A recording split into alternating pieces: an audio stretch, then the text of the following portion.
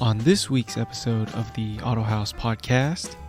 And I just came around, hit it hard, dropped it down to like third gear, and I'm like pulling through that, coming out of that turn at like, I think almost like 8,000 RPM, and it's just loud. All I can hear is just my car. And they try and like speed up, but they can't, like an Aventador is much wider. They can't take that turn as hard as I can. I just come out and I go ahead of the car and get ahead of it and get in the right lane. And what's funny is there's another Subaru further up.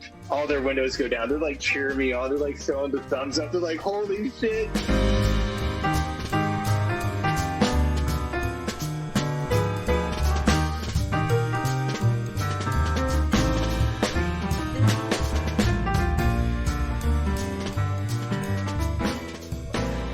So very interesting to kind of work in that realm while everyone else is trying to like establish even more so of an online presence, be it for business or their personal life, because everyone's stuck at home, or most people are trying to stay at home and be safe. So I'm glad to hear that. Sounds like you're doing pretty good. Like, how are you doing? I mean, I'll give you the play-by-play. So we thought that, we were going to completely slow down when COVID started. Mm-hmm. We were actually really nervous, but ended up, business boomed during COVID. Grant was saying it was busier than Black Friday usually ever is. They had to hire on 2 more people just to handle everything, and they were still swamped with orders. Yeah, it was like a shock for everyone. That's awesome, man. It's interesting. That's kind of a similar description that I've had with like some of the other shops that I've been dealing with lately. Like so I got a new car back in March because my Camaro just kept breaking down after it got hit by a drunk driver. Like, we kept finding other things that eventually broke, and likely due to just like structural damage that I guess the collision shop that the insurance provided like kind of like missed, or just things that they didn't see. So I just got tired of like my Camaro suddenly being a hangar queen or garage queen, which is weird for like a Chevy, much less like a Camaro. Like, normally they're fairly bulletproof and like durable, reliable cars, but I was spending like $2-3 grand every 3 months. Oh, that's not cool. Yeah. But then like the car is also like out for a month, and like for me, definitely like moving down to Santa Cruz, I was having to drive up to San Francisco a lot for work. So been in the shop a lot, but I ended up buying the new 2020 ZL1 1LE, which is like the supercharged track spec Camaro. I just went all out. I didn't care. And then the pandemic happened. And I'm like, all my friends and my coworkers thought I was like the most insane person. They're like, we're in a shelter in place. You're going to fucking buy essentially like the American super muscle car. I'm like, I mean, yeah. I mean, I can't go to the track now, which sucks, but I will when we can get back to that, hopefully. But what's funny is, well, not funny, but like someone vandalized my Camaro like a month after I got it. So I had to take it to this shop in Watsonville, and they were telling me kind of the same thing. So I was just curious, like, hey, how's business? How are things? Because I would have thought the same thing with like everyone staying at home. Like, cars are being driven less generally. People are not buying cars, I would think, unless you're me. But they were telling me the same thing, though. But what's interesting is it's the car enthusiasts that are being more busy. They're at home. They can be at home, and maybe they can spread more time out if they're working remotely, or unfortunately, maybe if they don't have as much work to do, then they're working on their cars to stay busy.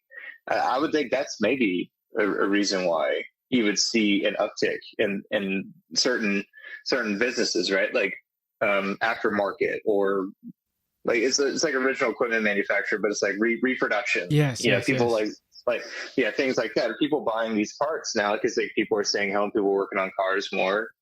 Definitely my other gearhead friends, like across the country, they're definitely doing that. I've got a friend in like Houston. He's been at home because he works for Exxon, and he can't go out to the oil fields and do the fracking and stuff just because of risk of COVID. So they've slowed down production, but he's at home working on a old Land Rover Series 3 finally that he's had for a long time, and a BMW 2002 that he's supposed to finish for his friend. And some of my other friends here in California, they've been buying motorcycles and rebuilding those just because they want something to do at home. So it's very interesting. Yeah, really happy to hear that like you and Grant are doing okay. Yeah, honestly, like, it's funny. The other things too, I've been doing everything I can to get in my car right now because, I work at a desk. And then like one of my big hobbies too is like I game a lot, and that's one way I keep in touch with my friends. But some days, man, I'll realize like, oh my God, I've been at this desk for like 16 hours. Oh no. Like, so it's just like, I got to get out, and I'll make the dumbest reasons to like go get in the car and like go for a drive. But I used to not do that. Like once, like back in Georgia, that was like such a common thing. Just go cruise, you know?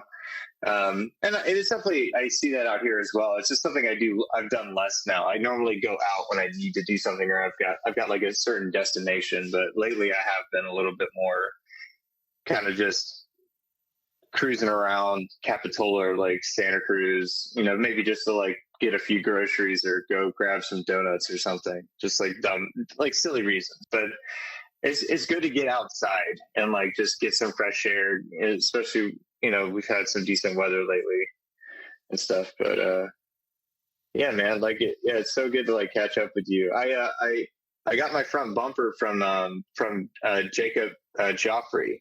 I think you know him. Yes. He said he had a transmission for you in one of his trucks. And I was like, oh, that's so funny. Yeah, like I've met and hung out with Ezekiel at the track once, and I've been to a shop before. And talked to Jacob for like a long time. He was trying to like show me all the parts he just got, aside from my front bumper, because I was trying to figure out maybe some other body panels and parts that I might need.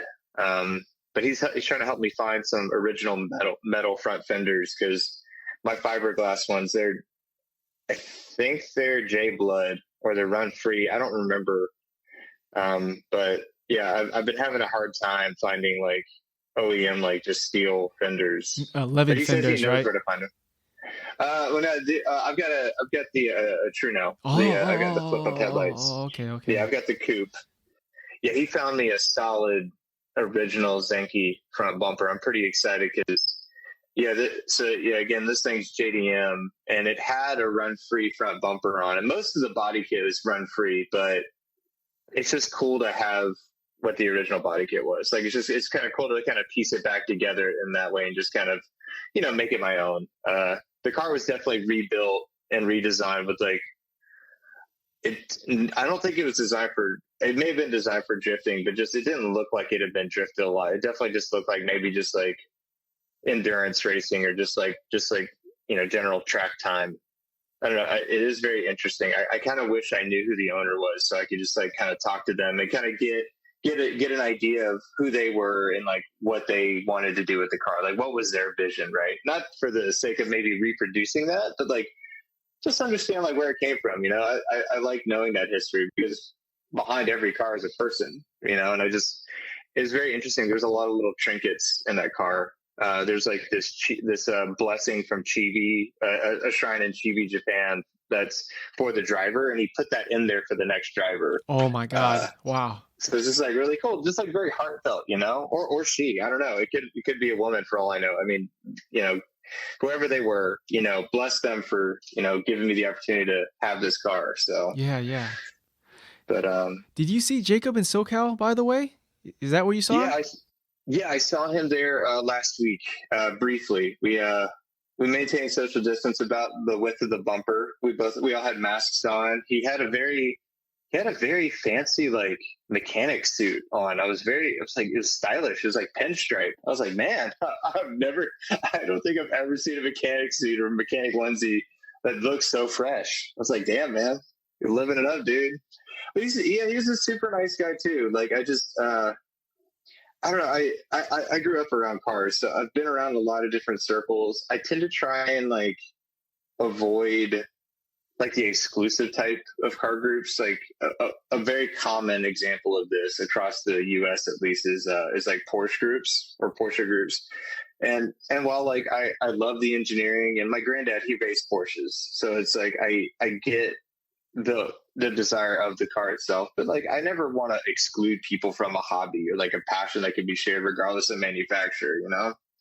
And to be fair, like I don't think Porsche owners necessarily do that, but they like all the meets generally, or like the R group meets, it's like very specific, and I feel like it also caters to like a certain demographic or certain type of people that I just felt like are not as welcoming as say like, you know, like the Toyota or Honda groups, or even just general JDM, because yeah, it's just different. I really appreciate your guidance and like Jacob's help, and even like Lajos from Modception, man, he built an incredible rear axle and brake system for me. I'm so excited to see that thing in action.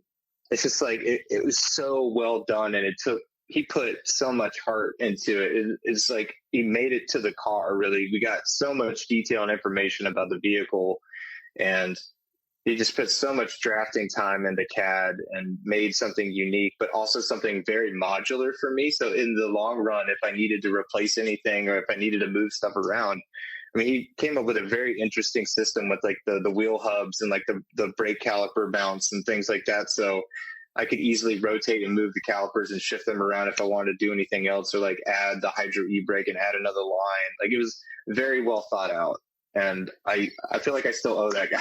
It's just, and this was like my first time going into like complete like from the ground up fabrication and custom work. I mean, for me, I mean, I've dealt with motor swaps with like a Honda CRX, you know, but it's like those parts are readily available. They're in other vehicles sold in the United States.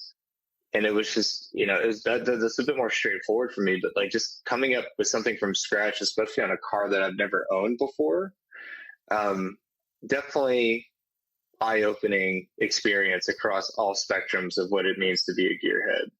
And I think, and it became less of a love-hate relationship to just a love and appreciation relationship, I think, with just not just the car, just like the community itself, the people that have helped me or helped guide me along the way. It's always been a collaborative environment as opposed to criticism or, you know, just like a situation where it's like too many cooks and you just, instead of me getting frustrated with like trying to figure out what I wanted to do, I had an idea and I proposed it. It may not be the best idea, but like people like you and like Jacob or like Lajos, you guys were like collaborative. You were like, okay, like you want to do this or that. Here's some options. Or like, here's where you can go, you know, and it's great. It's awesome.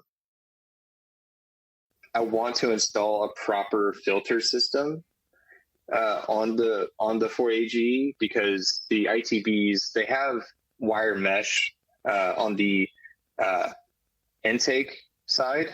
Yeah.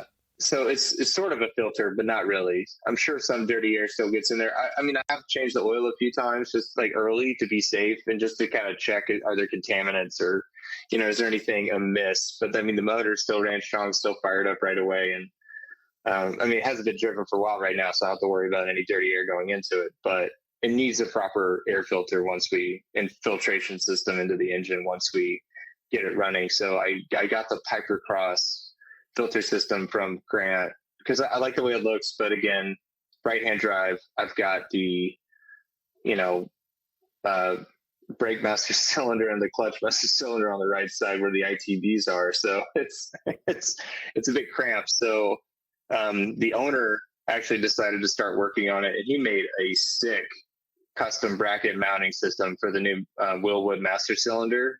It looks so slick, man. I was so surprised and so happy with how it looks right now. But we're trying to move the clutch master cylinder. I might do a bypass line from the master cylinder to the clutch cylinder just to kind of save space. I don't have that plastic reservoir top, so then I could have space for the filter without having to move the clutch master cylinder anywhere. Because I don't want like have to worry about like customizing some, you know, hard lines again from like the reservoir and cylinder to the clutch. Like I just want to try and keep that as stock as possible. But they're working on that, and they're moving the battery to the back, I think, this week, and like cleaning up some of the wiring. There were some really weird grounds near the battery in the engine bay, like a massive aluminum block that had like 8 grounds on it. I don't know if they had like a massive, like crazy stereo system in it before, or some like additional added electronics into the car for other things, like maybe, I don't know, I can't really think of anything, honestly, like extra gauges, but I feel like I would have seen some mounting points in like the vehicle for extra things like that, and there's not. So I don't really know what that massive ground with all those extra ground wires were for, but it's ugly as hell and it needs to go.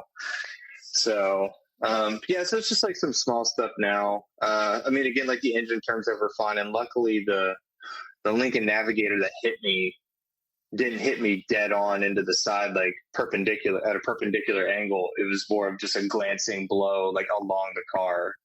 It's just unfortunate that its wheels caught mine and ripped mine off. So yeah, and I had original SSR mesh wheels, man.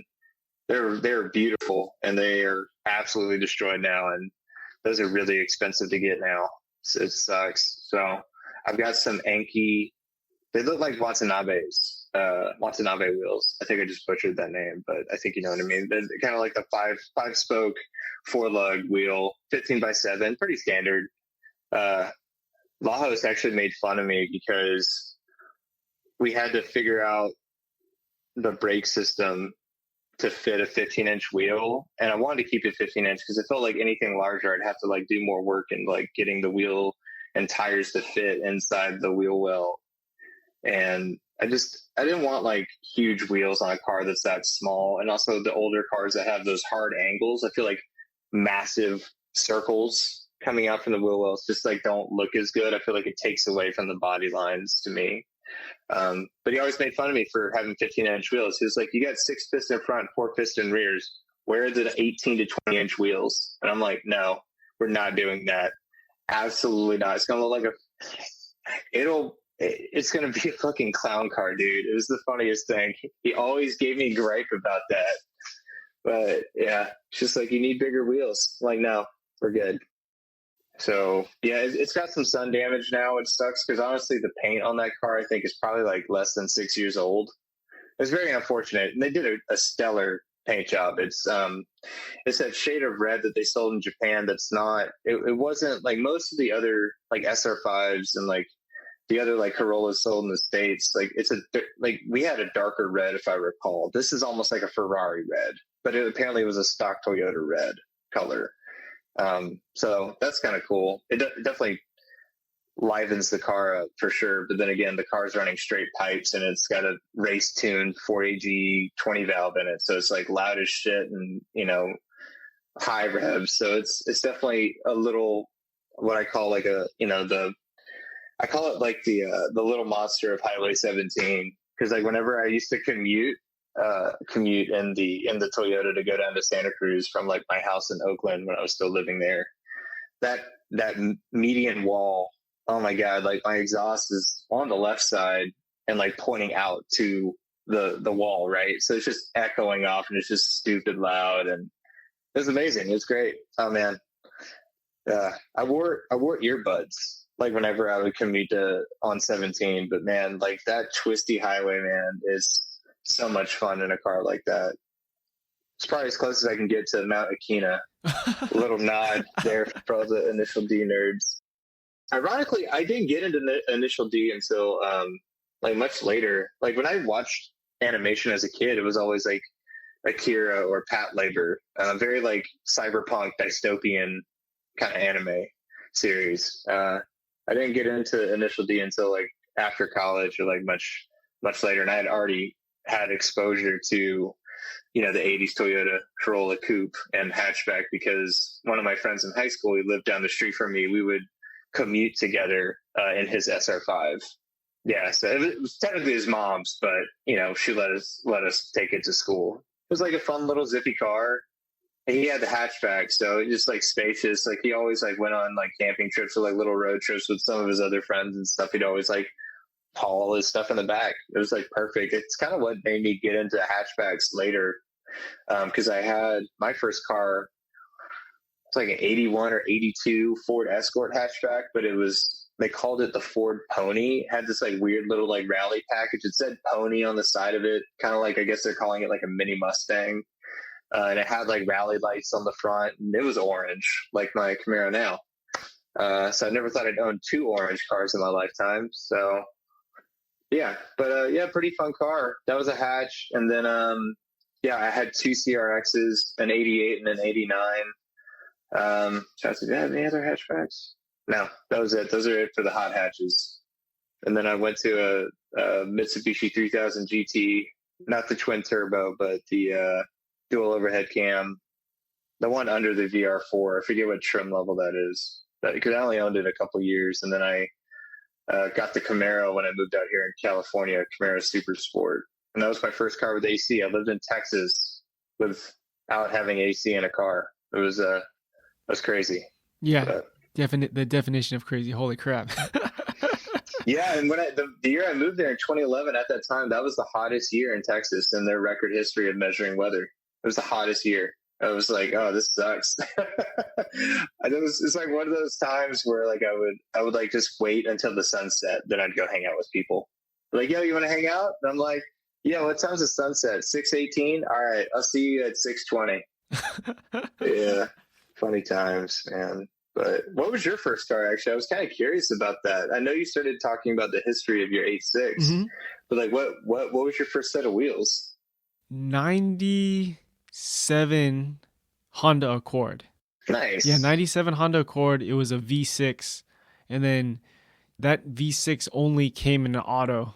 Gotcha. Yeah. And it was a weird car because that V6 was only there for 96 and 97. Oh, really? So it was a really oddball car. And even the body was, here's a little bit of like nerd history. So the JGTC Honda Accord of that body style used the V6 because it had a bigger engine bay than the 4-cylinder one. And I think they put a H22 in it.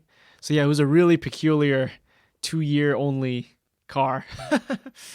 That's so bizarre. Yeah. It's so funny how like some car manufacturers have like these weird 1-2 year, like either a variant of a car or like an engine, like engine configuration, or like even like model. Like I owned a 1995 Dodge Dynasty. Oh my God. And that was God. the only year that thing ever came out. It was a piece of shit. It was the worst fucking thing ever.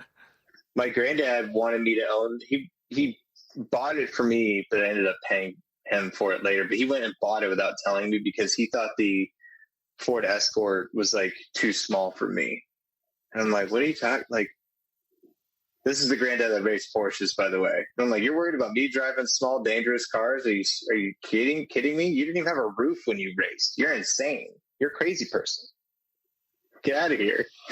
No, like, I guess like when you get to that age, you think about the safety of your children and grandchildren. I get it. But I mean, I wasn't exactly like, committing acts of vehicular, like insanity in a, early 80s Ford Escort. It was just fun to drive, it was chill. But I don't think you could do anything dangerous with it. It's just small and kind of cute. So yeah, man, I've been looking back at the 90s Hondas. It's just so funny. Like I saw they had a 99 Civic Coupe, not even an SI model, black with a wing. It almost looked like the coupes that they used in Fast and Furious when they're robbing the trucks and taking the VHS players. I was just about to say. What a time to be alive. But yeah, it sold for $31,000, man. Oh my God. On Bring a Trailer, dude. I was like, what is happening? I've been getting a lot of attention on my 86 as well. Like at the shop, apparently there's been like kids coming over there to the shop and like asking if I want to sell it.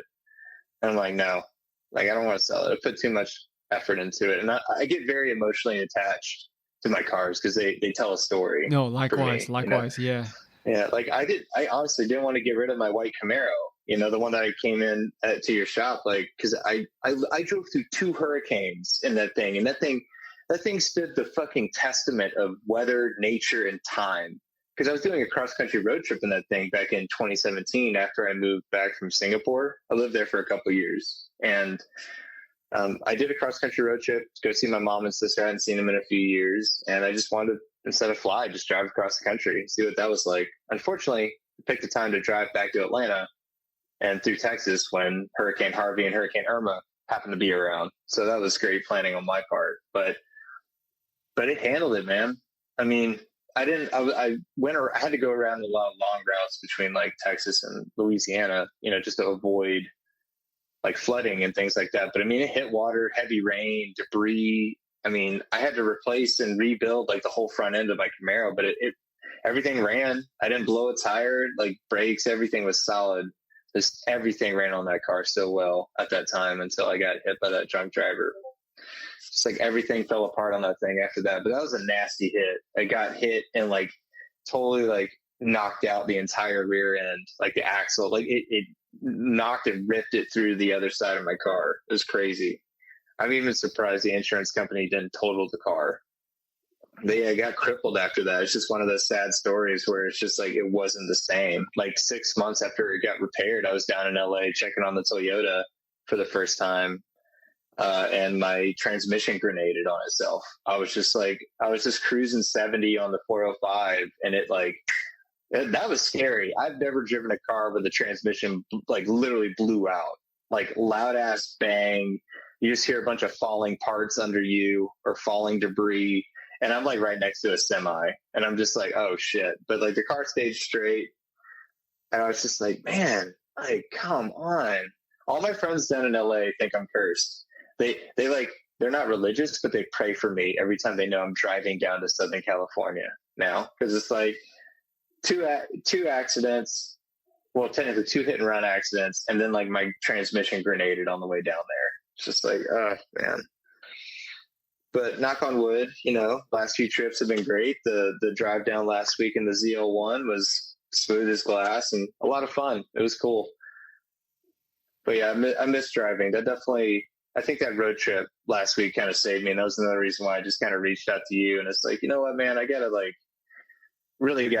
needed to recenter. Like after those 2 accidents, I was fine physically, but like, it just sucked. It just took a lot out of me. It like killed my passion for cars and driving and photography for a little bit because I was putting so much into those things.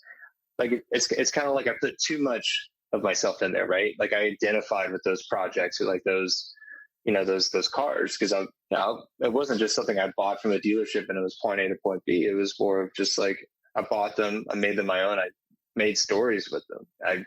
They're part of my life, and when things like that are taken away from you, it's hard not to naturally react and feel like it's kind of an attack on yourself, on your identity in a way. And I definitely let it hit me a little too hard. They could get fixed. The Toyota will be okay. It wasn't hit as bad as the Camaro, and the Camaro got repaired. It's taking a little bit longer, and I just can't wait for it to come back. And like, I know Jacob's still working on his got hit too. No. Oh, yeah. That's right. Yeah. I remember. Yeah. So he's still putting his back together. I think he's closer to done than I am, but like, we were just kind of talking about it, man. Like, hopefully by the time we have them all together, it'll be a little bit safer for all of us to maybe meet up and just ride together. Cause I think he lives near San Mateo. I thought he was living down in SoCal, but I don't remember where, but it was, up here in NorCal. So yeah. Before I forget, so August 22nd, we will be at Laguna Seca, by the way. So that one's wait, are they doing open track? Yeah, or are they doing what? Yeah, they've been doing just recently they've been starting to do open track days again. Oh damn. But what about do you have to register for the track day to be able to go onto the track, like to just be there at the track, or are they allowing? So I think because Laguna Seca changed hands, that you have to pay for parking now, but it's still open for spectators. Okay. Yeah, I think just right now they're doing social distancing and then no ride-alongs. That's what it is. Yeah. Yeah, that makes sense. Okay. If you have time, come down, man, because my Corolla, Grant's Corolla, and then you met Chris last time. Chris will be there too, so minimum 3 Corollas will be there. Yeah. Hell yeah. I almost bought another Corolla, No. dude. I was so sick of waiting. I just have 2. But no, one's enough. This one will be fine. It'll be done. If I get it back in August, it definitely won't be repainted, obviously, but I don't know. That would be pretty cool if I could have it there. But I won't rush it. But yeah, I'll definitely be there either way, though. Awesome, man. Awesome. Yeah, count me in for sure. And I'll definitely. I've got an even bigger lens now. I think the last time when you and I were at the track, I only had a 16 to 55 millimeter lens, but I mainly use that one when I'm at shows or like at the track, because I'll get kind of close and I have a good wide angle to get kind of like the groups of cars to like show some of the action. But now I've got a really nice, like very fast, like 50 to 140 millimeters, so I can definitely zoom in a lot more, get some more detail. So it'd be good to be at the back of the track. Obviously, I won't be on it at this time, but I don't even have the helmet right now, so I need to get one fitted. But yeah, I'll definitely be down to like take photos and document, because that's fun for me too. So I like telling the story, I think that's one reason I like Laguna so much. It's so different from other tracks, right? You can park right next to the pit in the paddock, and like you see the other teams if it's like a big race day, or you see the other drivers, man. It's like the old grassroots days. It's so cool, and you just see all walks of life, all different all car makes, motorcycles too. It's just, I don't know, it's cool. It's really cool to see people together like that. It definitely gives you hope. So I would definitely be down for being at that track again. I think we all could use some hope and just some fun with everything going on right now. I completely agree. Oh yeah, I definitely completely agree. Yeah. I'm happy to just catch up with you, dude. And yeah, thank you again, by the way, like for including me in on part of, your podcast and your platform, man. It's so cool what you do. And definitely it's been like a great thing to listen to just on the road, or while I'm working. You've had some really good things to say, and introduced some really cool people to the podcast too. Darren, that last episode was pretty cool. I learned a lot about Ireland in that episode. It's just like I didn't realize so many drift drivers are like coming out of Ireland, but he's right. This is so interesting. It's very embedded into their car culture. That's so cool. Yeah, Darren's episode definitely thus far probably my favorite. It's cool that I don't know. I like that episode a lot, and then I really liked your origin, the origin story of the Toyota too, because it tells your audience more about you as well, right? Because I mean, it's awesome, obviously, to give exposure to like other drivers in the community, or even members of Toyota, or like the industry, right? Like other mechanics, or other people that are part of that car culture. But it's like cool to like learn more about you too, man. Because you started it all, right? Man. You are Autohaus. Well, yeah, I think that's one common piece of feedback people have been giving me is like, we want to know like more about you, or more about like your car, like. And then like I'm a little more bashful, right? I don't know if that's the right word for it, but like I don't want to like put myself and my stuff on blast, man. But people, I guess people are genuinely interested, because I've gotten a lot of positive feedback about that origin story episode. Which is cool. It's like kind of a funny but also like a very endearing story, right? You had someone like a previous owner who is like very heartfelt. It seemed like they stayed in touch with you. They he gave you advice, or like they clearly valued the car, but it's like they wanted to pass on that experience that they had, and like share with someone else. And I think that's a beautiful thing. And that's not something you often get, especially if you're buying a car. I don't know. I feel like more often than not, when I've bought cars that have been like of value, whether it's at a dealership or like private sale, if it's like a car that they've liked before, it almost comes off to me sometimes as like arrogance. It's like they're like reiterating so many times. It's like, oh, you're getting a deal because, I hope you know how awesome this car is. But it was more about like, it came off to me as like, because of what they did with it, not just what the car is or what it represents. And it's just, it just like makes the sale awkward sometimes. It's like, okay, all right, thanks. All right, thanks for giving me a deal. Thanks, man. Okay. But I love this story, man. Yeah, I was listening to that one on the way down to LA, man. I was cracking up, and then I almost got a speeding ticket because I was like speeding and I wasn't paying attention because I was listening to your podcast. And I was like, oh, better slow down. It's funny you mentioned that, because I don't know if you know, I had a Mark IV Supra before, and Shut up. Yeah. What? Yeah. Nice, man. And the guy I sold it to, Brian, 8 years later, I still keep in touch with him. And similar story. I mean, in a nutshell, like we hung out. He flew from Michigan to my house in California, and we basically hung out the whole day. And I think the most notable was that he said a prayer for me on his after he bought the car and went home back to Michigan. So yeah, another one of those stories where like, the guy I sold it to, we're still friends and we keep in touch. How many, like, man, almost 10 years later, holy crap. Dude, that's awesome. It's definitely something that I think brings people together more often than not.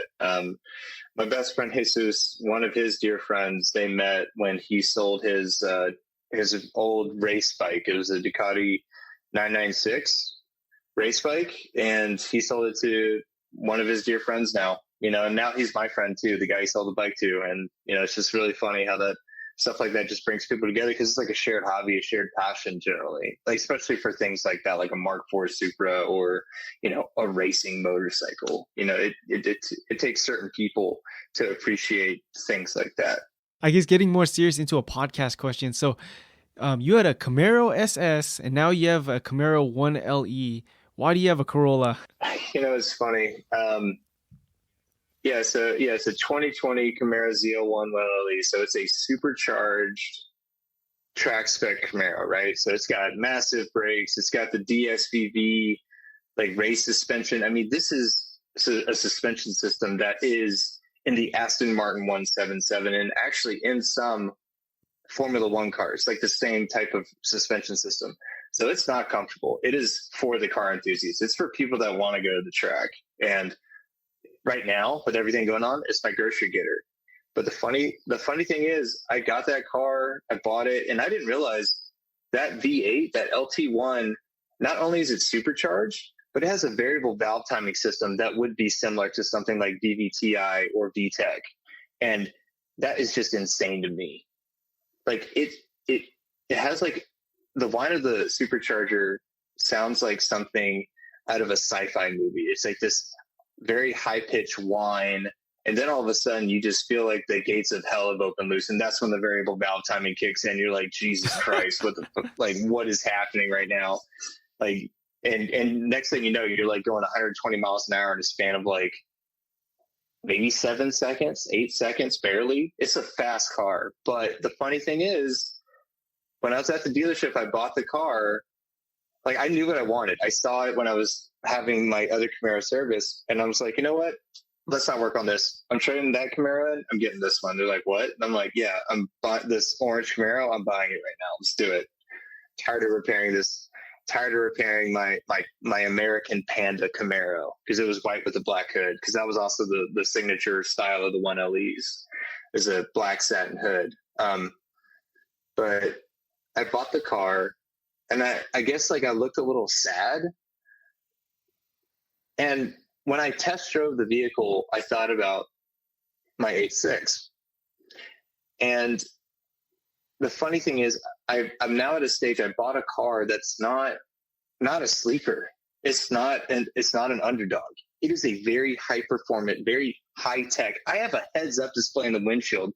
I have a fucking, like, it might as well be a fighter plane. I have all the, and from an engineering perspective, I have telemetry, G-force.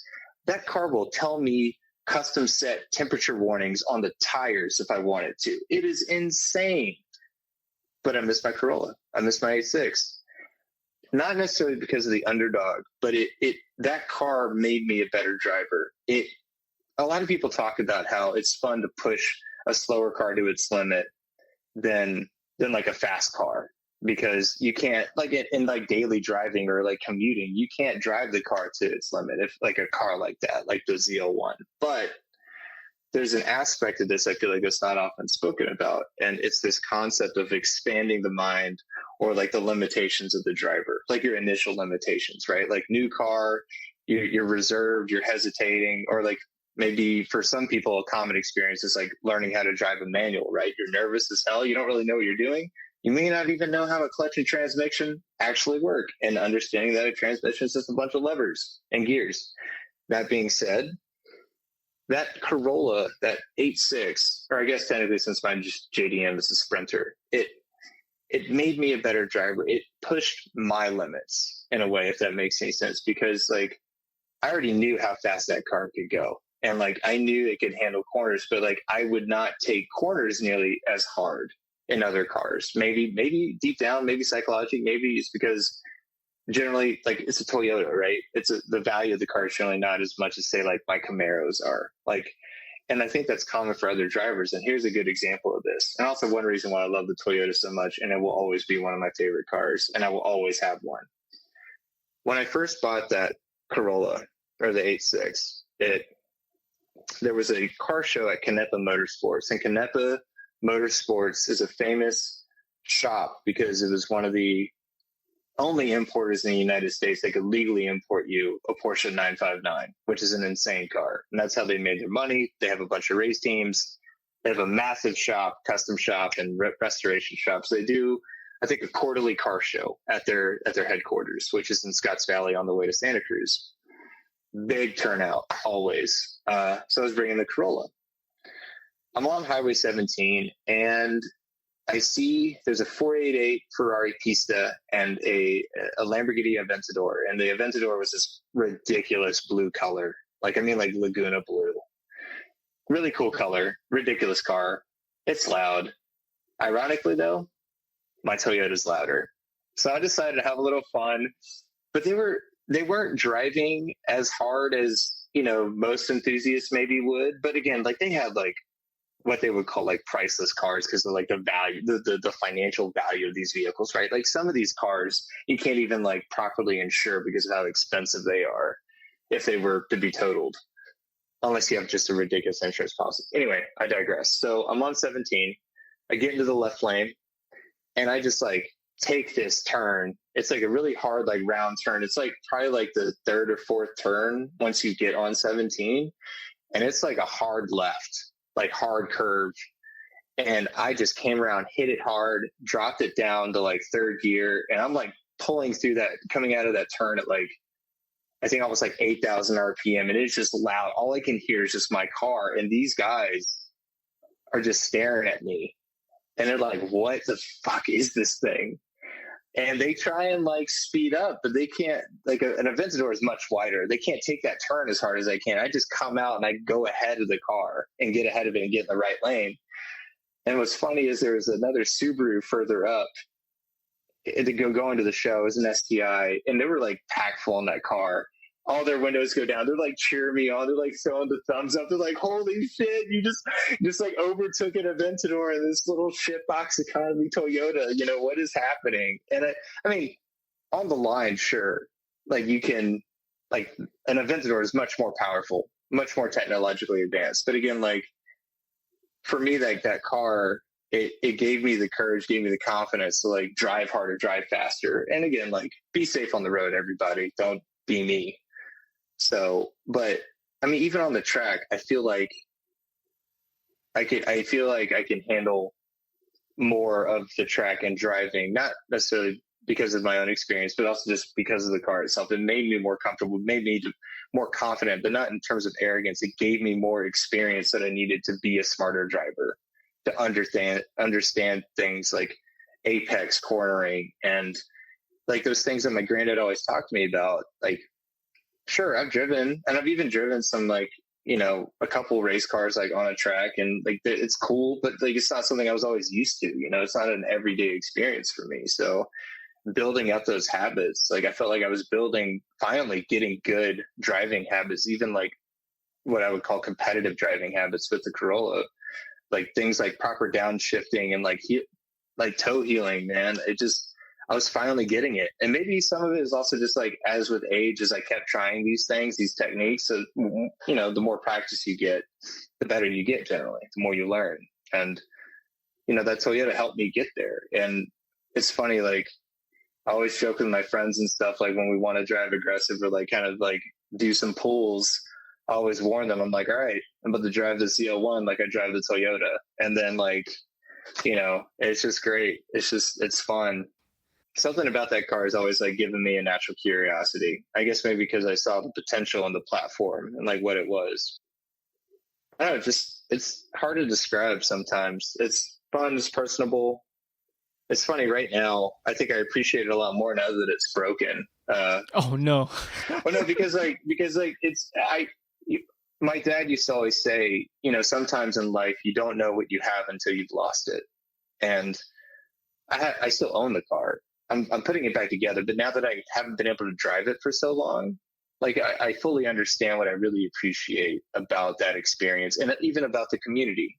You and Jacob, Joey Lee from Chronicles, he invited me down to the show to his 10-year anniversary. That's why I was going down to LA when my car got hit. Just the love and support that I got from everybody. It was a huge experience for me. Like aside from the loss, I gained friends, I gained support. And honestly, like being a car guy and coming out from the South, like moving out to California, I didn't know anybody. This was like a turning point for me where I started learning about other people and like hearing about their passions and getting to know some really awesome people along the way while I'm still trying to put my car back together, which is the reason why all these connections are made.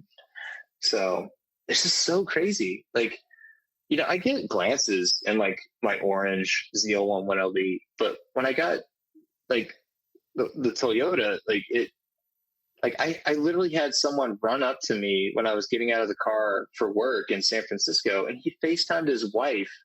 And then next thing I know, I'm talking to this strange person that I've never met before. And she's asking me all these questions about this car because it's her favorite car because of Initial D in this case. But it's just so funny, Side note, now that I'm putting the car back together, I nicknamed the project Kintsugi, which is like that Japanese art of repairing broken pottery or something broken with gold. And I guess, so it's like the idea is like, it's broken, but I'm building it and making it better, more beautiful. So that I think that's kind of like the running theme right now. It's just like appreciating it for what it is. And then, being excited for like more opportunity or a better opportunity to come once it's ready. So how did you find and buy this car? I'm really curious about that.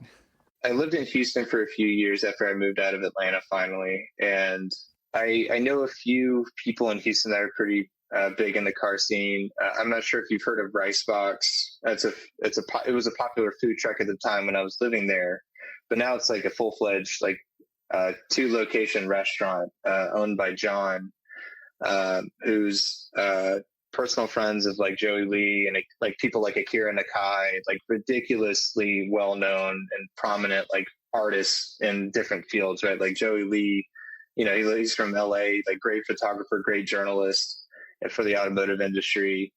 And then Akira Nakai, he started RWB Porsches, and he actually had a wide body AE86 3-door hatch for a while that he drifted and raced in. So I mean, this is, John was somebody that kind of got me back into JDM. So I whenever I'd go back and visit Houston, I would, catch up with him, hang out at Ricebox, and we'd talk about things like Blade Runner and, Wangan Midnight Club, which I think he was a bigger fan of than Initial D, mainly because of Smoking Nagata. But I heard about this new dealership. He told me about it, and I actually met these guys at the Houston Week Fest show in 2018. Yeah, summer of 2018, I think. No, sorry, summer of 2017. And it's called Shinku Classics. And it's a group of guys that import JDM vehicles into Houston, and they handle all the car registration. So by the time you buy the vehicle, it's registered in Texas, has a license plate, and you're ready to go. Great process, great business. I think they have some really good competitive prices compared to some other places in like Florida or New York, where I've seen some other like JDM focused import companies. They pick some zany cars too. They have like right now a right-hand drive like Toyota camper, like a full-fledged, like it's like a bus, but it's so cool. But anyway, so I found this 8.6 back in 2017, and I wanted to get it, but I mean, I was already in the middle of like a month-long trip into Texas, and I was about to move to another house in Emeryville in Oakland. So my money was kind of tied up at the time. And then in May of 2018, I checked with Shinku Classics, checked at the dealership, see if that car was still there, and it was. So I was like, you know what? I'm going to buy it this time. So I just bought it in May. They shipped it out to me. It was exciting. I've never had a car delivered to me before, but it was such a tease, dude, because I had a trip to Vegas that I had to go to, and the delivery was late by 2 days, and they got there 15 minutes before I had to leave for Vegas. Oh man. So I got the car, drove it, put it on the lift, and then left, and I cried the whole way to Vegas pretty much. I was like, no. And I thought about it though. I was like, it doesn't have AC. It's May. Vegas is hot as shit, but I could drive it there. I'm like, nah. Because I mean, at that point, I didn't know. Like, that would have been a long drive, and for a car I've never driven, don't want to risk it. So I got it from Shinku Classics out of Houston, in short. And they didn't have a lot of information on the vehicle. I have some documents, but it's all in Japanese, so I don't really know what it says exactly. But there was some little nice nods from the previous owner, like that blessing for the driver. And I found out later from my friend Tim Weaver and Angela Weaver. They're and a great couple and friends of mine that often go to and race at Laguna Seca as well. As soon as I got that car and came back from Vegas, I brought the car over to their house. They live in Carmel. And Tim immediately threw it on a lift without me saying anything and completely looked through the entire car. And we found that there had been structural reinforcement for racing. Like I asked him about it when he said like, oh, like the chassis has been reinforced. There's like these really well done welding points around like the engine bay and the rear. And I was like, what, has the car been in an accident? Does it look like there's like structural damage? Because normally when I think of things being reinforced or like new welding on a car, especially like the chassis, I think, oh, well, do they repair damage? And he said, no, this looks like stuff he does on his like Miatas, like to give them more stiffness and like rigidity, you know? And I was like, oh, wow. He's like, yeah, they whoever owned this car loved it. And it just made me feel a lot better because like Tim, I mean, this guy wins races at Laguna Seca. Like he's retired pretty much. He still races, but like this guy's a pro. And the fact that like I got so many compliments from him about it, it just like made me feel so much better about the purchase. Because I mean, it was kind of funny. Like I called on the phone, I asked if this car was still available, and then I paid for it by phone, and then they delivered it to me. You know, I had looked at it before and I test drove it, but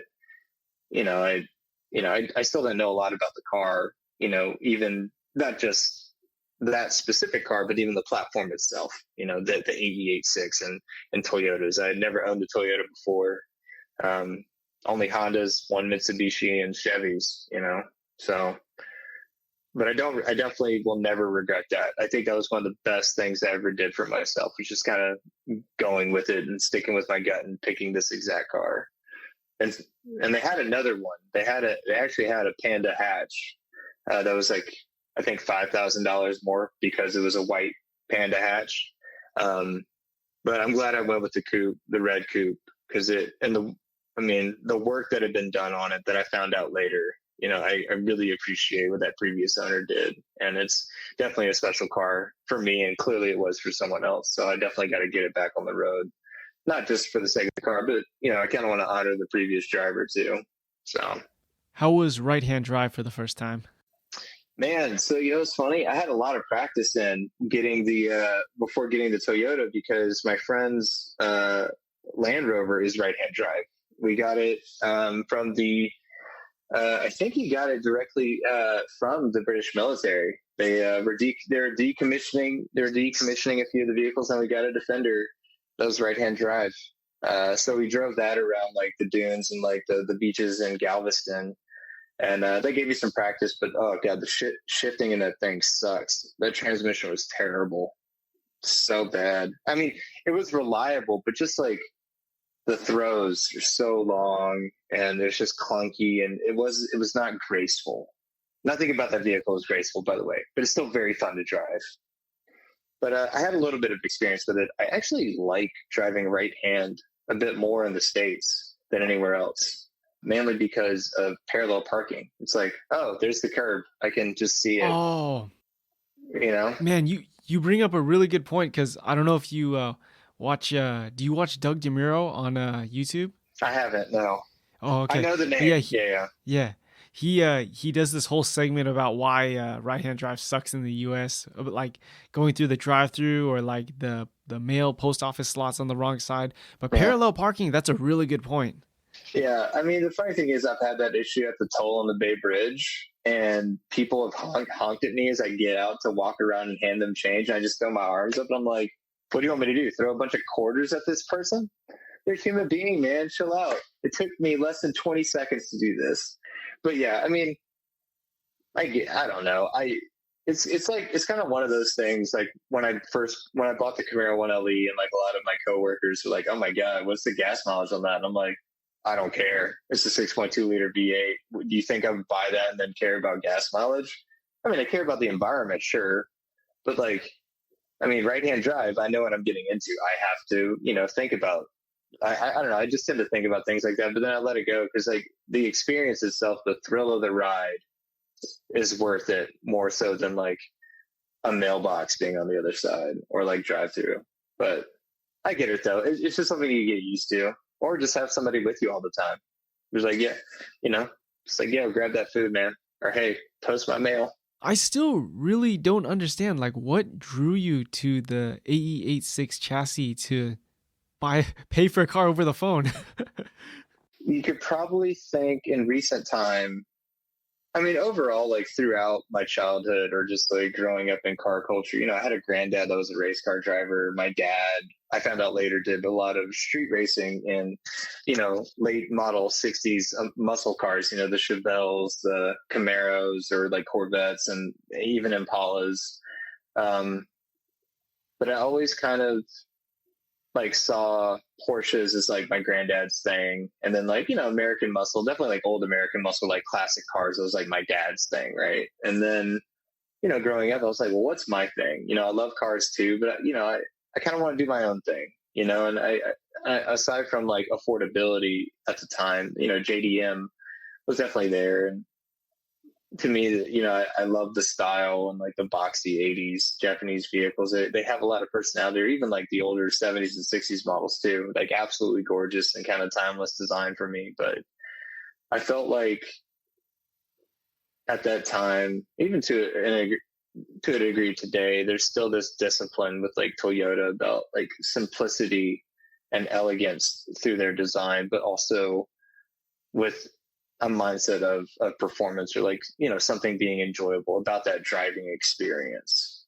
and that was something I like a lot. And I mean, a lot of people associate Toyota with like family vehicles as well, kind of like Honda today, aside from the CTR or things like that. But like for me, like cars is not just about me. It's not just about me getting on the track and being the fastest person. I love road trips. I love sharing that experience. And Toyota, I felt like, and Honda, like I just felt like they had that, but in recent time, kind of transitioning to today. So growing up as a kid, I felt like JDM was kind of my niche compared to like my dad or my grandfather. So got into Japanese cars, learned a lot about them just through going to meets in Atlanta, going to the Varsity Junior for like illegal street racing and things like that. And then while moving out here to California and working, being a responsible adult, I came across this drift group called Driftworks, who built and combined, I think, a love of almost every facet of cars that I could possibly imagine. An AE86 with a Chevy LS3 in it. And I was like, wow, that is insane. That is so insane. I would have thought that I did that, because that's just stupid insane. And that thing was such a monster car. The fact that LS3 fit in there, and not only was it an LS3, it was an LS3 with Gen V ITBs. So at the top of it, have you seen this car? The DW86? That's what they call it, Driftworks 86. Yes. Yeah. It's orange, right? Yes, it is orange. Yeah. Okay. Perfect. Dude, that might be the reason why I bought that orange Camaro. So it's like, thanks, Driftworks. But the fact that it had ITBs on it too is actually, that's kind of a very, obviously a retro Japanese, and very like European race car configuration, right? Having the ITBs and the velocity stacks, I just thought that was like a cool combination of like kind of like European, Japanese, and American car culture cues all together. And I love that. It was such a cool project. And for them, not only did it look cool, did it look fast. It was fast, and it is. And it just, I don't know, it got me into that. And I just saw, it reminded me, like I thought about my friend Aaron's, SR5. And I'm just like, it's essentially like the same car, same body.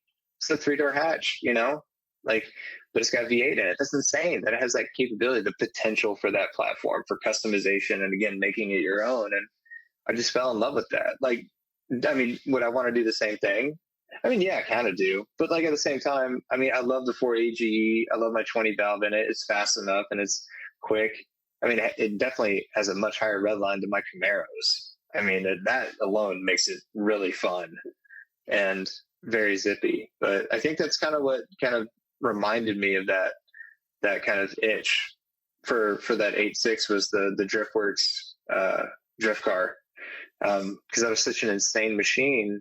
And they built it from the ground up, turned it into something completely different. And I kind of love that. I like that a lot with like the Corolla community as well. You know, I mean, sure, there's some purists that want to keep everything original, but like no one's hating on each other for it. You know, it's not like Porsches where you've got outlaws or you don't. You have people that like everything's got to be original, or you're a hedonist, or you're outcasted from your car community. You know, it's just weird. Just like, people love their cars, let them do what they want with it. They pay for it. It's interesting. I think there was a time not too long ago where it was pretty purist, and that really made a lot of people disinterested, right? Because like, oh man, these guys are really snobby. Like it's like it like removes a lot of potential, good people from being in the hobby to be, so elitist like that. Yeah, I think there is a caveat to that as well. As if you try to remain in a purist mindset for something like that, you're also restricting potential opportunities in the community as well. Because I mean, one thing that keeps these cars going is aftermarket companies, right? Because we can't always find OEM parts that are of quality and that are also affordable. I mean, for me, my issue with finding a front bumper was it was either going to be a bumper that's exorbitantly expensive, but also needed restoration on top of it. It's a terrible opportunity, especially someone maybe just getting into it or someone younger that doesn't have those types of resources to like either buy the bumper and then also get it fixed and before they can even install it, or much less have the skill set maybe to do it themselves well. Because again, like it's one thing to like work on some car parts, especially things that could be easily replaced, but like body parts where it's like, if you mess this up trying to fix it, like you're going to be in a world of hurt, or you're going to be in an even worse spot now, right? Because you've spent all this money and then now you got to pay somebody else to do it since you couldn't get it correct. And I just feel like that's why I always appreciate just people supporting those aftermarket companies or those organizations, because it helps keep that culture going. I mean, like, sure, like, again, like I appreciate people wanting to do everything to spec, or like trying to restore like an old beat up Corolla to make it look brand new, like it came out of the factory. That's awesome. More power to you. But I feel like for them, they also should appreciate the people that are modifying and making it their own, because that's in the long run, I think more so than the purists, it's the modifiers, the tinkerers, the people that want to get creative and make it their own. They're going to keep the community alive and get more companies to invest in us, right, as consumers. Because the purists, they're not, once they restore the vehicle, that's kind of it, right? And most of the time, generally speaking, I'm sure there's exceptions, but most people that restore cars in that manner don't often drive them a lot. So the car is not often getting worked on a lot or getting parts replaced once it's restored. So it's kind of like a healthy symbiotic relationship, I think, between driver, gearhead, and then the manufacturers or the engineers, like making aftermarket parts, or even, the bigger the community is and the more we're doing with our cars. I mean, that could even help the purists too, in a way, right? Like people building reproduction parts, that are of OEM spec, or maybe honestly, sometimes it's even better, right? Better build material, or like a better technique for manufacturing. Yeah, I completely agree. One common theme as of late is how can we get Toyota to have a historics program for the AE86 chassis. And, one of the ways you mentioned is that if there's, a lot of interest in aftermarket reproduction or aftermarket parts in general, that'll get on Toyota's radar. Yeah, I definitely think it will. It's actually kind of nice you mentioned that there's a company in like Taiwan, right? Because that's like kind of close to home for Japan, I think too. I know that at least in like APAC, like Singapore and like Malaysia, they get a lot of parts, like aftermarket stuff from other companies out of Taiwan as well. It's funny living in Singapore. I did forget to mention this as well. There was a moment when I lived there. I tried like for like months to try and find car meets, but like owning a car in Singapore is extremely expensive, and you have to get relicensed for the vehicle every few years, and it's in some cases the car, like the cost of the license for driving the car is like hundreds of thousands of Singaporean dollars. And to compare how extreme some of these licenses can be, if I were to import my Camaro over to Singapore, I would have to get a commercial bus driver's license to drive my Camaro because of the displacement of the engine and how large it is. But I read before I moved to Singapore, I remember an article by Larry Chen from Speed Hunters, and he was talking about that car culture life in Singapore. So when I found out I was having to move there for work, I was super excited because of how expensive it is to own cars there. I wanted to meet these guys that are owning these like vintage cars, because they got to be dumping so much of their resources and like finance into just owning these old 80s cars. Like, I feel like clearly as someone that's very passionate about this car culture and trying to keep it alive in Singapore, a place that's very much harder to keep alive than say here in the United States or in Europe, by comparison. And there was one Corolla or AE86 in Singapore at the time, and I finally saw it like a year later after I had started living there. I saw it like on the street in Chinatown, and I just like lost my shit. I just thought it was so cool because like it's so funny, like the things you take for granted living in the United States, the thing, or like back home doesn't, I'm from the United States. So for me, it's like, back home, you used to see certain things all the time or certain cars, but like not seeing something for a long time and then seeing it when you're so far away from home. I think that was like kind of the tipping point for me, actually, now that I think about it. And then getting back home and seeing the Driftworks AE86 as well.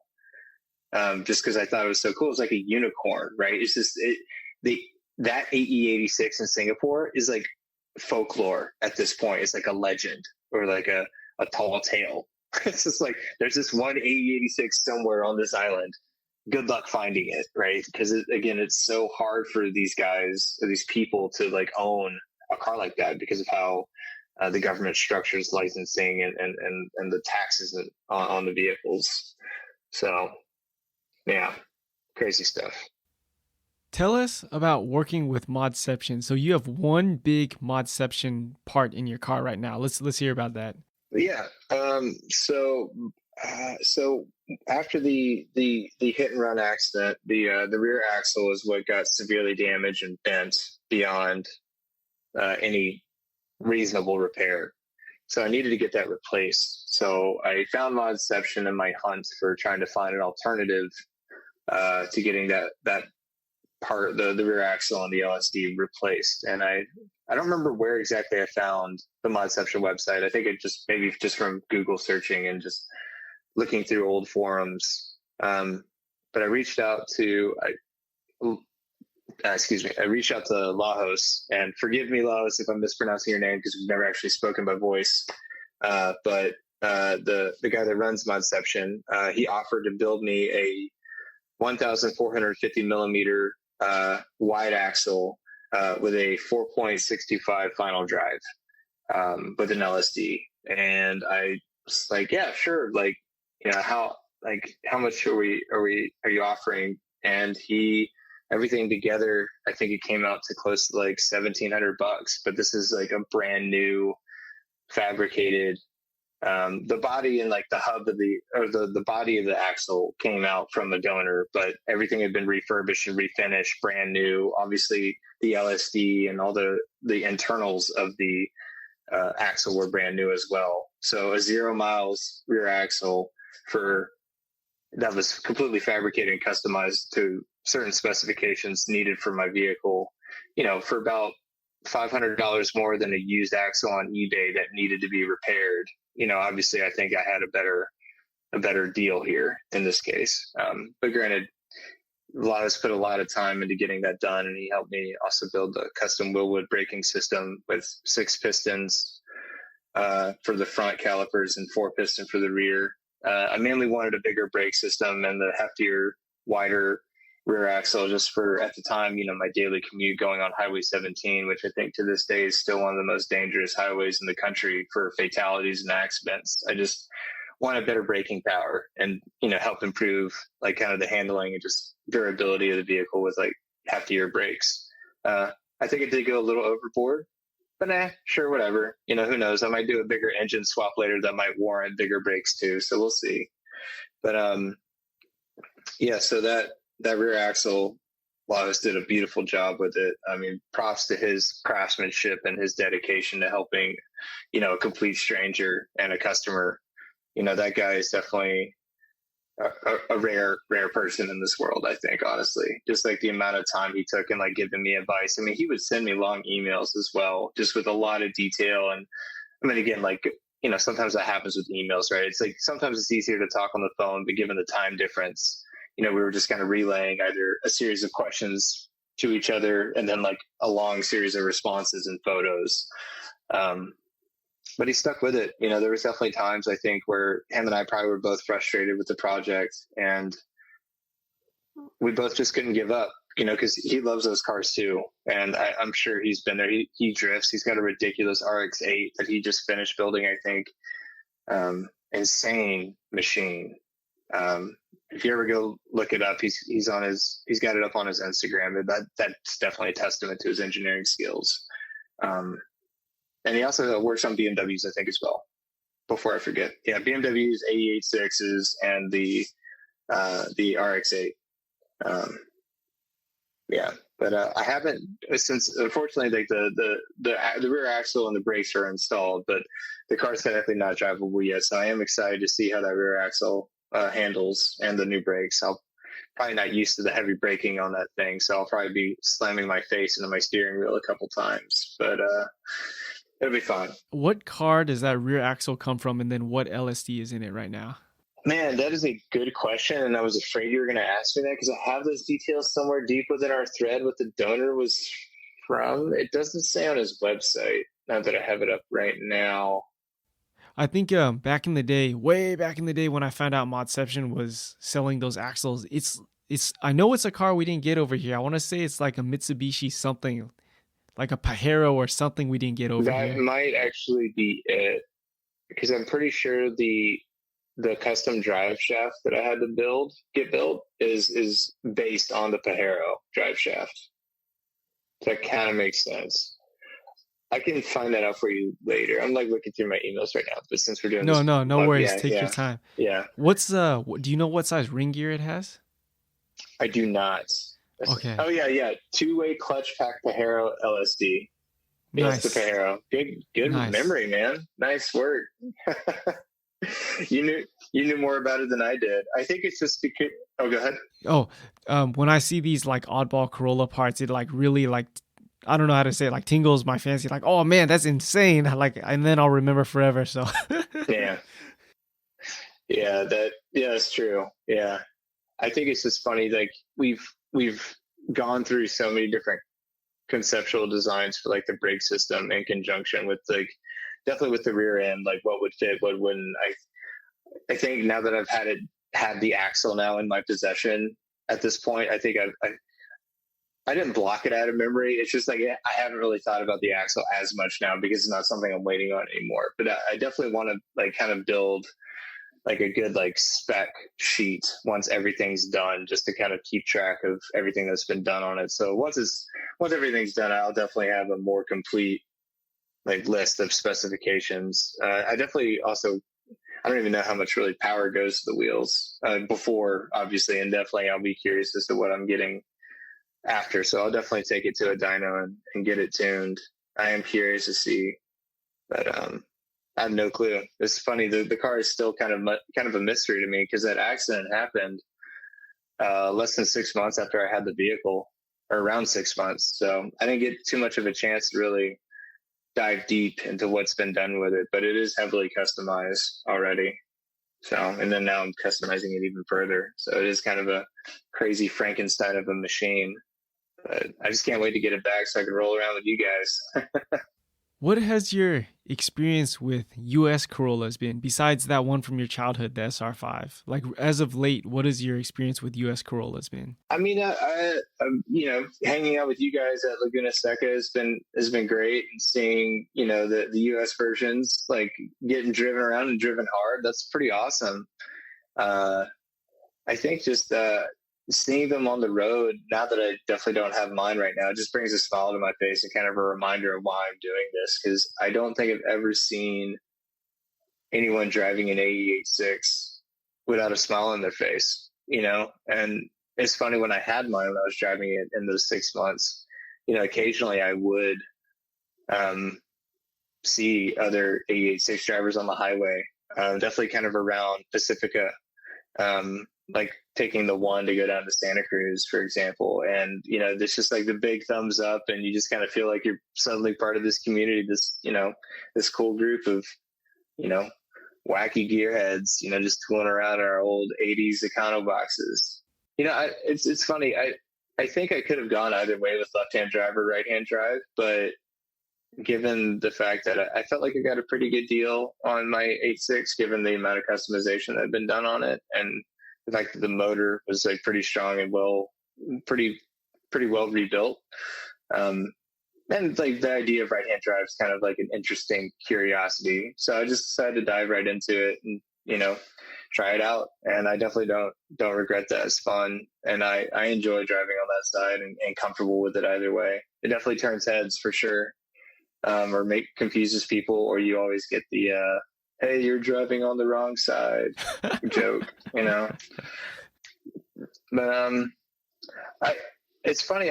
You ask about, my experience with the US variant. And one thing that I can say with this car, I'm just glad we had it in the United States. I think it's a fun car, and I think it's done a lot to build a really cool car community that a lot of people, even people that don't have the car, that can appreciate and love.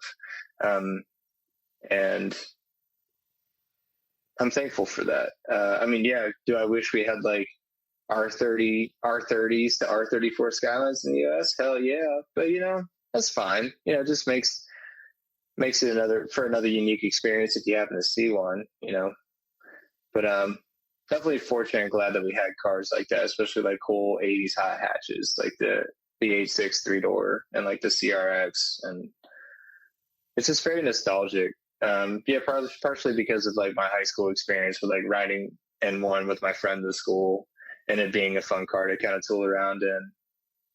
Yeah, I think even if I didn't have that experience, I think that car would still bring a smile to my face, be it left-hand or right-hand drive. It's boxy. It's got flip-up headlights. It's just got a lot of personality to it. You make a really good point about how we should be grateful in the US that we actually got the car here, plus we got the GTS variant. Because I know in other countries, they got the Corolla, the 886 Corolla, but they got the super detuned, carbureted only versions. Oh, yeah. Yeah. Yikes. Yeah. I love the styling on the interior too in that car. My friend's, his hatch had the burgundy interior, and mine has most of the burgundy interior as well. I think the top portion or the top half of the dash is black though, but all like the glove box, and I think like underneath the steering column or around the steering column is the burgundy. And then pretty sure the center console is also all the burgundy parts. Just like an interesting color for an interior too. Just like, I don't know, just very funny. Is your interior like a suede, or is it like a woven fabric? I'm trying to think. No, it's definitely not suede. No, okay. It's like a woven, I think. The rear seat had been reupholstered.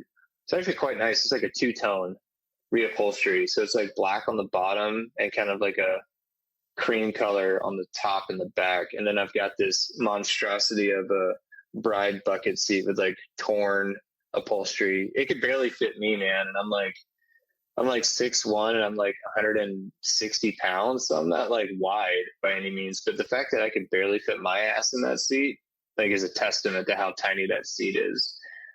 But that car also helped me with my posture because of how restrictive that seat was. So I have much better posture now after driving that car. Super funny. I used to slouch a lot, and then everyone noticed. It's like, man, your back's looking a lot better. I'm like, wow, thanks. Is it that bad? I'm like, yeah. Been driving a Corolla now.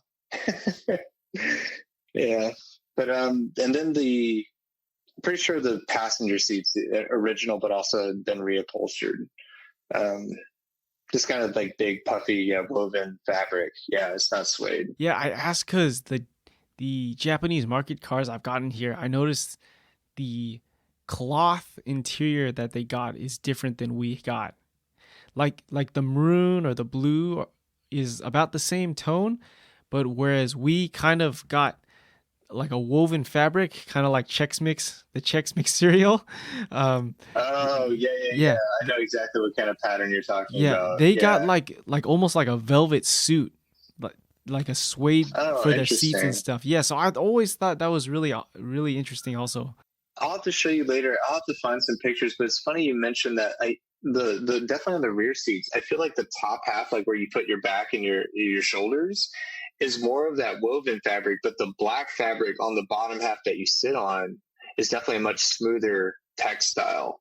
So I'm kind of wondering if it sounds like mine's kind of actually a mix of both. It's definitely like custom aftermarket like fabric though, but it's interesting. Like in mine, it sounds like it's kind of a mix of those two fabrics that you described. Um, I noticed the door cards or like the door paneling on the interior is I want to say I feel like it's a bit different than the one my friend had as well. But I mean my 86 is an 83, and we didn't even have an 83 in the US. I think the first year that was sold was 84, but my friend's I'm pretty sure it was like an 87.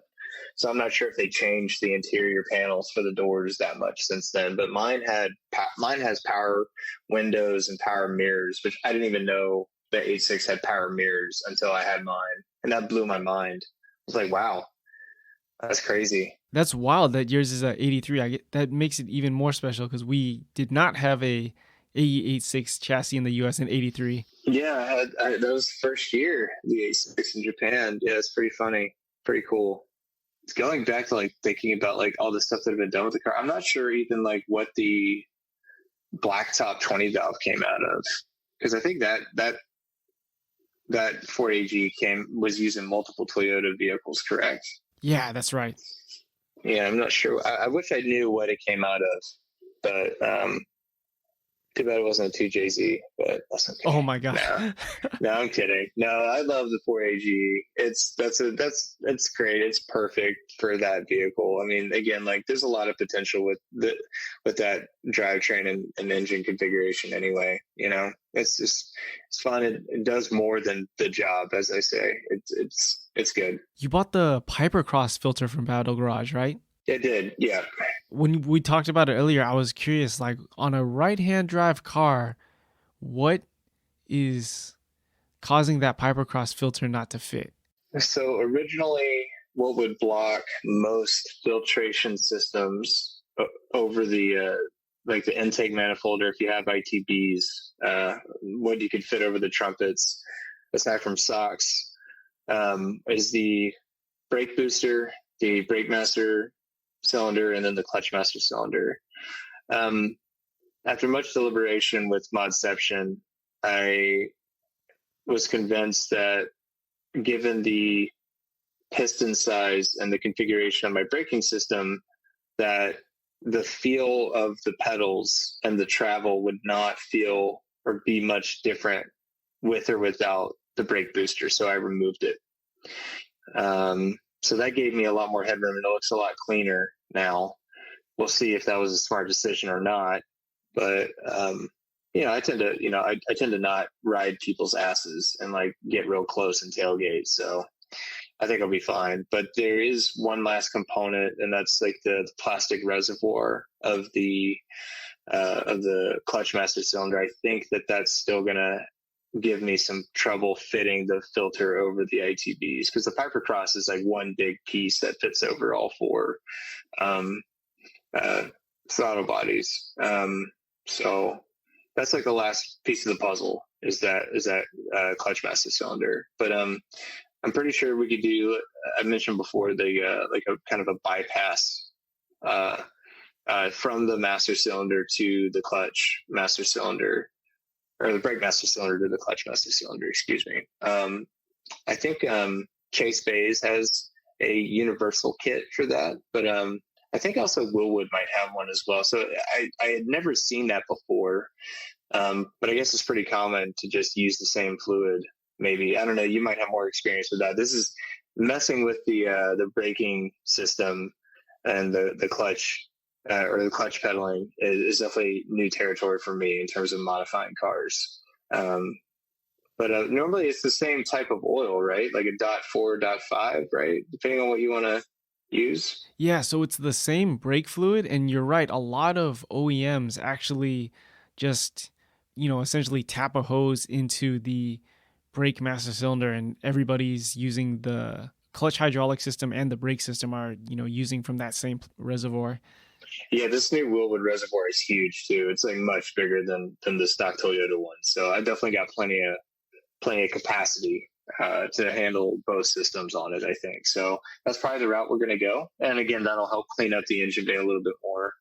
And Dave's shop, that's the shop in Riverside that's got the Toyota right now. They're doing a great job with some of the custom fabrication for that, like the bracketing and the mounts onto the firewall for the new master cylinder are top notch. It looks really cool, really great. They use like billet aluminum and like really good quality components.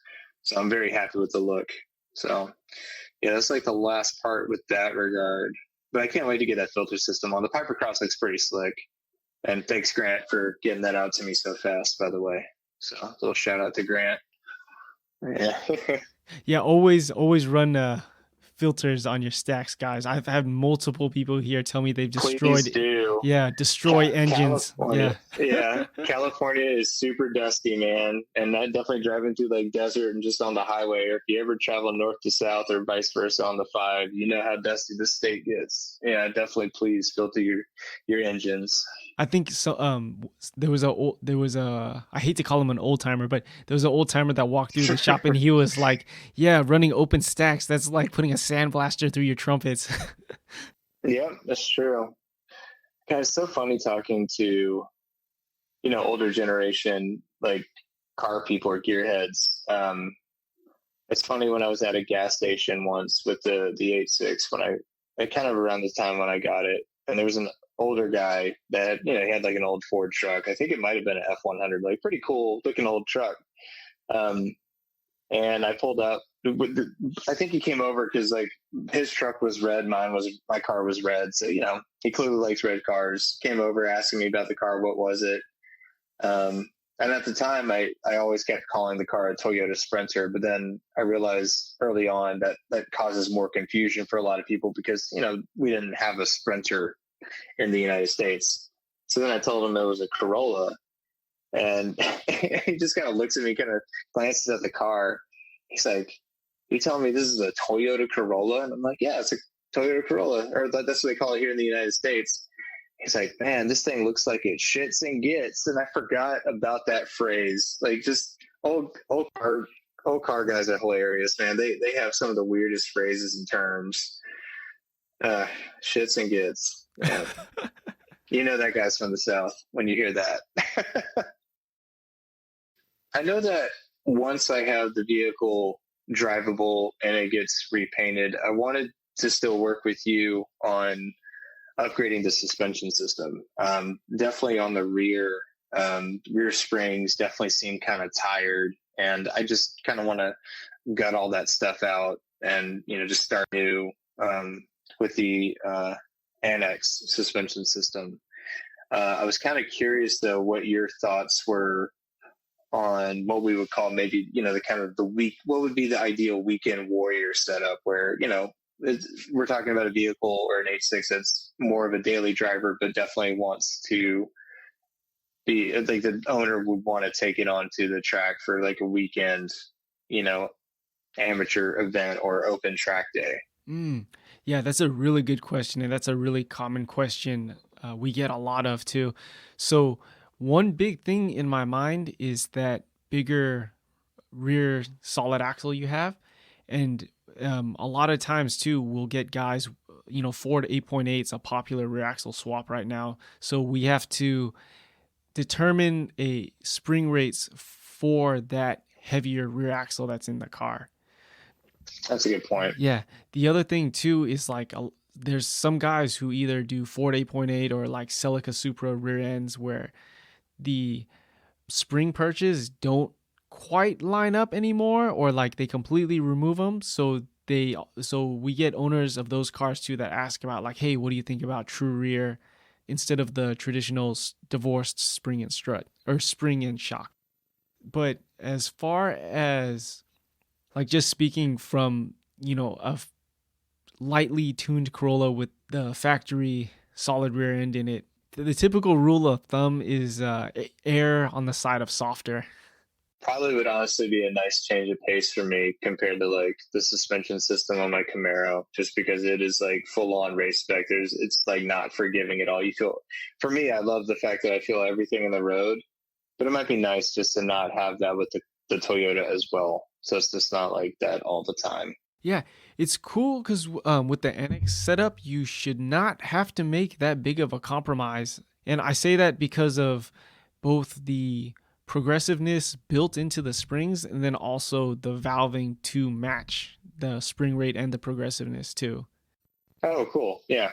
The NX stuff looks very, very interesting, like really cool, like very well handcrafted. But I feel like, yeah, it does leave like a lot of options and like flexibility depending on the purpose of, or like the use cases for each car that they're installed on.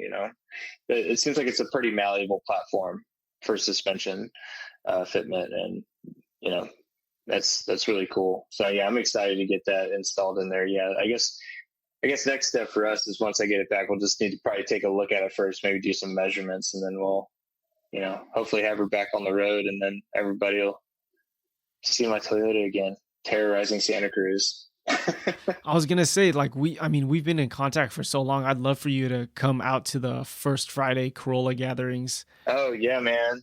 Hopefully soon. I was gonna say, yeah, things are a little bit wonky right now because, of course, yeah, like last First Friday they tried to have one, but it was like a really small turnout, which is totally understandable. So yeah, hopefully things will normalize and we'll have like a regular, good First Friday Corolla meet again.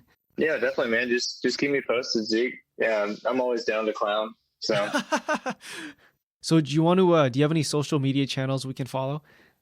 Yeah, I actually just got back on Instagram. I did a kind of a social media hiatus after my two unfortunate accidents with my old Camaro and the 8.6 itself, just to kind of take a break and focus on getting those cars back in order. But my Instagram is Raskolniv. So that's spelled Roskolniv. I actually did a post today. I took some cool shots of the ZL1 at the Broad Museum in downtown LA when, like, early in the morning at sunrise when it was like a ghost town. So there's some pretty cool shots there. And I actually do have some new photos I wanted to post up of the 8.6. So you'll definitely see some of those over the weekend. So yeah, man. Thanks. Appreciate it. Thanks to all my friends and everybody in the industry that we've mentioned throughout this podcast. You guys are great, and thanks for helping me get the 8.6 back on the streets. So hopefully soon. Yeah, hopefully next time you visit the shop, hopefully it'll be in the Corolla. So definitely, for sure, man. Thanks so much for being on the podcast again, man. And then yeah. Oh, of course, man. It's my pleasure. It's my honor, man. I think it's a great idea, and it's really cool what you do, and it's also very informative. Honestly, you learn so much from just like the people you talk to, and then the things that you have to say. So hey, thanks. You're helping a lot of people, honestly, and like I think it's very important, like your passion for like sharing that knowledge as well. So hey, man, thanks. Keep it up, and if you need anything from me, I'm always happy to help as well.